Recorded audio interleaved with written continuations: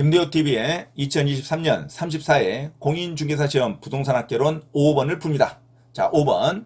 거미집 모형에 관한 설명으로 옳은 것은, 자, 거미집 모형에 관한 문제가 가끔씩 자주 출제됩니다. 3년에 한 번, 2년에 한 번 반드시 출제되기 때문에 이론을 정확하게 숙지하시기 바랍니다.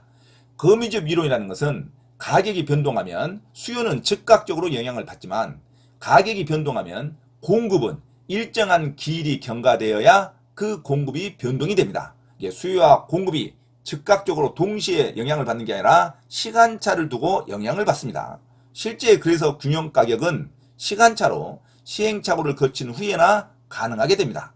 자, 부동산 수요나 공급에 시간차가 발생하기 때문에 이걸 거미집 이론이라 그럽니다. 동시적 관계가 아닙니다. 이시적 관계가 발생합니다. 자, 가격이 거미집과 같은 모양으로 균형가격이 한 곳으로 수렴되는 현상을 거미집 이론이라 부릅니다. 이걸 동태적 분석 과정이라 그럽니다. 비교정학적 과정, 비교 정학적 과정이 아닙니다. 정태적 분석이 아닙니다. 동태적 분석, 동적인 모양을 연구하는 것을 동태적 분석 과정이라 그럽니다. 공급의 시차를 고려해서 가격이 어떻게 공급 균형에 접근해 가는지를 동태적으로 설명합니다. 공급자는 현재의 가격만 고려하여 미래의 공급을 결정합니다. 현재의 가격을 생각해서 미래의 공급을 결정하기 때문에 거미집 이론이 나올 수밖에 없습니다. 건설이라든가 농수산물 이론이 거미집 이론에 일치가 됩니다.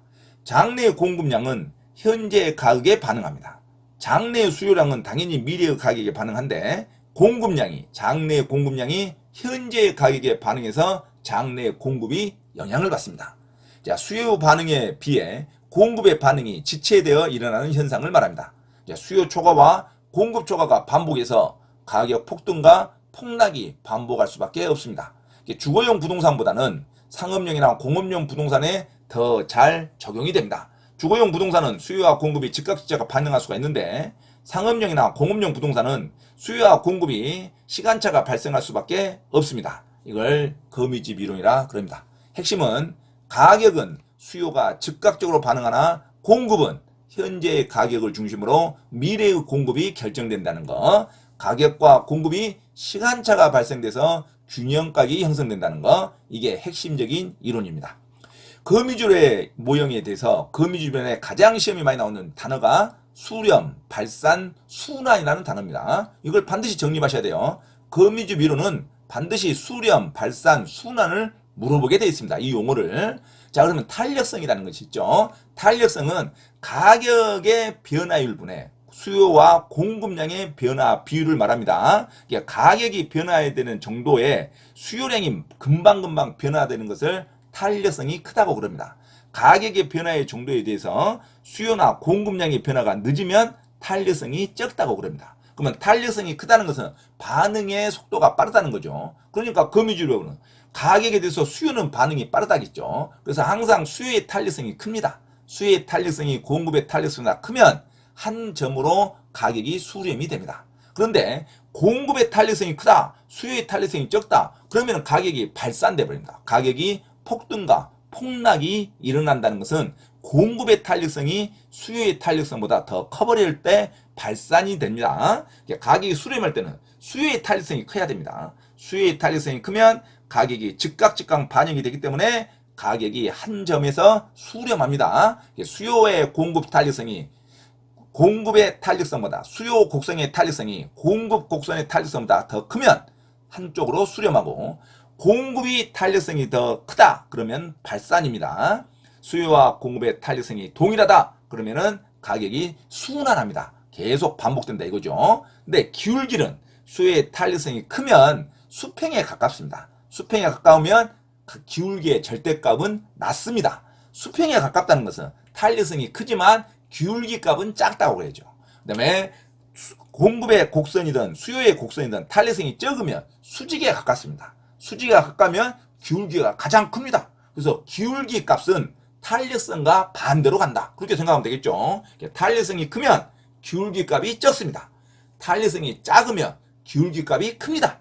자, 그래서 수요 곡선이 크면 한 점으로 수렴하는 수렴이기 때문에 수요 곡선 기울기 값이 적으면 탄력성이 크다는 말입니다. 그러니까 기울기를 기준으로 할 때는 수요 곡선 기울기가 작을 때 수렴하고 공급 곡선 기울기가 작을 때 발산하는 겁니다. 탄력성과 기울기는 반대로 간다. 그렇게 생각하셔야 돼요. 자, 수요 곡선이 탄력성이 크다. 그러면 수렴이고 공급 곡선 탄력성이 크다. 그러면 발산이고 수요 곡선 기울기가 작다. 그러면 수렴이고 공급 곡선 기울기가 작다. 그러면 공급의 탄력성이 크다는 말이죠. 그러니까 발산입니다. 자, 탄력성이 크면 수렴이고 탄력성이 작으면 그것도 수요가 중심이면 수렴입니다. 수요 곡선의 탄력성이 크다. 그러면 수렴이고 수요 곡선 기울기가 작다. 그러면 수렴이죠. 공급 곡선 탄력성이 크다. 그러면 발산이고 공급 곡선 기울기가 작다. 그러면은 발산입니다. 수요와 공급이 일치한다. 그러면 순환이죠. 기울기 값도 똑같다. 그러면 순환이죠. 자, 수렴과 발산과 순환을 반드시 기억하시기 바랍니다. 자, 그래서 수렴이라는 것은 수요의 가격 탄력성이 공급의 가격 탄력성보다 더 커야 됩니다. 그러면 기울기 값은 더 작아야겠죠. 수요 곡선의 기울기 값이 공급 곡선의 기울기 값보다 작을 때 수렴이 됩니다. 수요 곡선의 가격 탄력성이 좋을수록 클수록 수요 곡선의 기울기 값은 작아지게 됩니다. 이럴 때는 수요 곡선을 중심으로 이야기할 때는 수렴한다 그래야 돼요. 안정적 균형이 됩니다. 균형에 충격이 가해지면 새로운 균형으로 수렴하겠죠. 자, 발산이라는 것은 공급을 중심으로 말하는 겁니다. 공급의 가격 탄력성이 수요의 가격 탄력성보다 더 클 때는 발산이라 그럽니다. 공급 곡선의 기울기 값이 수요 곡선의 기울기 값보다 작을 때를 발산이라 그럽니다. 공급이 중심 때는 발산, 수요가 중심 때는 수렴 이렇게 생각하면 되죠. 발산은 가격이 불안정하게 되는 걸 말합니다. 자, 순환형이 있습니다. 순환은 단순 진동형, 반복한다 이거죠. 순환, 그것은 가격의 수요의 가격 탄력성이 공급의 가격 탄력성과 같을 때를 말합니다. 수요 곡선의 기울기 값이 공급 곡선의 기울기 값과 같을 때를 순환이라고 그럽니다. 반드시 거미줄 이론은 수렴과 발산과 순환을 정리하시기 바랍니다. 어렵게 생각하지 마시고 수렴은 수가 시작되니까 수요의 곡선이 중심이 됩니다. 수요의 탄력성이 크면 수렴, 수요의 기울기가 작으면 수렴. 발산은 공급을 중심으로 합니다. 공급의 탄력성이 크면 발산, 공급의 가격 기울기가 작으면 발산. 일치하면 순환. 이렇게 세 가지를 반드시 기억하시기 바랍니다. 자, 문제 들어갑니다. 5번 거미줄 모형에 관한 설명으로 옳은 거. 1번 수요의 가격 탄력성이 공급의 탄력성보다 크답니다. 그러니까 수요의 가격 탄력성이 크면 이건 발산형이 아니라 수렴형이 돼야 됩니다. 수렴이죠. 한 곳으로 가격이 일치하죠. 수요가 즉각 반응하니까 수요의 가격 탄력성이 공급의 가격 탄력성보다 크면 발산형이 아니라 수렴형이 돼야 됩니다. 1번 틀렸죠. 2번 가격이 변동하면 수요와 공급은 모두 즉각적으로 반응한다. 이게 틀렸죠. 거미줄 이론은 가격이 변되면 수요는 즉각적으로 반응한데 공급은 일정 기간이 지난 후에야 반응을 합니다. 그래서 수요와 공급이 모두 즉각적으로 반응한다는 가정을 전제하고 있다. 이게 틀린 문장이죠. 거미줄 모형은 무조건 수요만 즉각적으로 반응하고 공급은 일정 기간 후에 반응한다는 게 핵심입니다.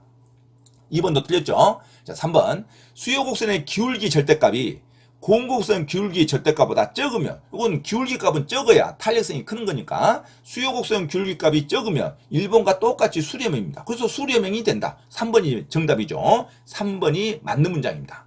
탄력성이 크다는 것은 기울기 절대값이 작다는 말입니다. 탄력성이 크면 수평에 가깝습니다. 그래프가 수평이니까 기울기가 작죠. 자, 탄력성이 적으면 수직에 가깝습니다. 그러니까 기울기가 가장 큽니다. 그래서 탄력성이 크면 기울기는 작고, 그죠? 기울기가 작으면 탄력성이 크고, 그렇게 생각하시면 됩니다. 자, 수요 곡선의 기울기 절대값이 공급 곡선의 기울기 절대값보다 적다는 것은 탄력성이 크다는 말이죠. 수요가 중심이다. 그러면 수렴형이 됩니다. 그래서 3번이 정답이죠. 수렴형이 된다. 3번은 맞는 말입니다. 그래서 3번이 정답. 4번 수요와 공급이 동시적 관계로 가정하여 균형의 변화를 정태적으로 분석한 모형이 거미줄 모형이다? 아니죠. 수요와 공급을 동시적 관계로 보지 않고 시차적 관계로 봅니다. 시간이 다르죠. 수요는 즉각 반응하고 공급은 나중에 반응하니까. 그래서 균형 가격이 형성이 됩니다. 그것을 동태적으로 분석합니다. 거미줄 이론은 동태적 분석이라 그러지 정태적 분석이라고 하면 안 돼요. 그래서 동태적 분석, 시차를 두고 반응한다. 동시적 관계가 아니라 시차적 관계입니다. 4번도 틀렸죠. 자, 5번 공급자는 현재와 미래의 가격을 동시에 고려해서 미래의 공급을 결정한다는 가정을 전제하고 있다. 공급자는 현재와 미래의 가격을 동시에 고려한 게 아니라 현재의 가격만을 고려해서 미래의 공급량을 결정합니다. 그래서 발산이죠. 그래서 현재와 미래의 가격을 동시에 고려할 수가 없어요. 공급자는 현재의 가격만을 고려해서 미래의 공급을 결정한다는 가정입니다. 그래서 공급이 탄력성이 크면 발산이 되는 거죠. 폭등과 폭락이 반복될 수밖에 없죠. 공급자는 현재와 미래의 가격을 동시에 고려하는 게 아니라 시차를 두고 현재의 가격만을 고려합니다. 그래서 동시에 고려한다 말이 틀렸죠. 그래서 5번 거미집 모형에 관한 설명으로 옳은 건 정답 3번 수요 곡선의 기울기 절대값이 공급 곡선의 기울기 절대값보다 적으면 수렴형이 됩니다. 기울기 값이 적으면 탄력성이 크는 거죠. 그래서 수요의 가격 탄력성이 공급의 탄력성보다 크면 수렴이 되는 겁니다. 1번도 틀렸죠. 발산이 아니라 수렴. 3번도 수렴. 됐죠? 5번의 정답 3번으로 기억하시기 바랍니다. 거미집 모형은 가격이 수요와 공급이 즉각적으로 반응이 아니라 수요는 즉각적으로 반응한대. 공급은 일정 기간 후에 반응한다는 거. 그래서 공급자는 현재의 가격만 고려해서 미래의 공급을 결정한다는 것. 그래서 수요와 공급이 동시적 관계가 아니라 시차적 관계로 균형의 변화를 동태적으로 판단한다. 정태적이 아니라 동태적으로 판단한다. 이게 거미집 모형의 가장 기본적인 이론이죠. 반드시 수렴과 발산과 순환을 정립하시기 바랍니다. 5번의 정답 3번으로 기억하시기 바랍니다. 수요 곡선의 기울기 값이 적으면 수렴형이 됩니다. 기울기 값이 적다는 것은 탄력성이 크다는 말이죠. 수요 곡선의 기울기 값이 적으면 수요 곡선의 탄력성이 크다는 말입니다. 그러면 모두 수렴형이 됩니다. 공급의 탄력성이 크던가 공급의 기울기 값이 적을 때야 발산형이 됩니다. 자, 반드시 기억하시기 바랍니다. 5번의 정답 3번으로 기억하시기 바랍니다.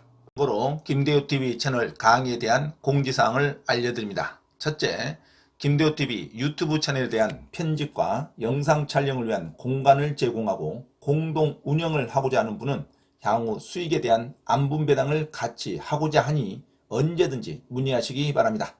둘째, 김대호 교수 강의에서는 매주 3시간 경매 실전 투자반, 공인중개사 1차, 2차 합격반, 법무사 1차 기출문제 풀이반 수업을 시작합니다.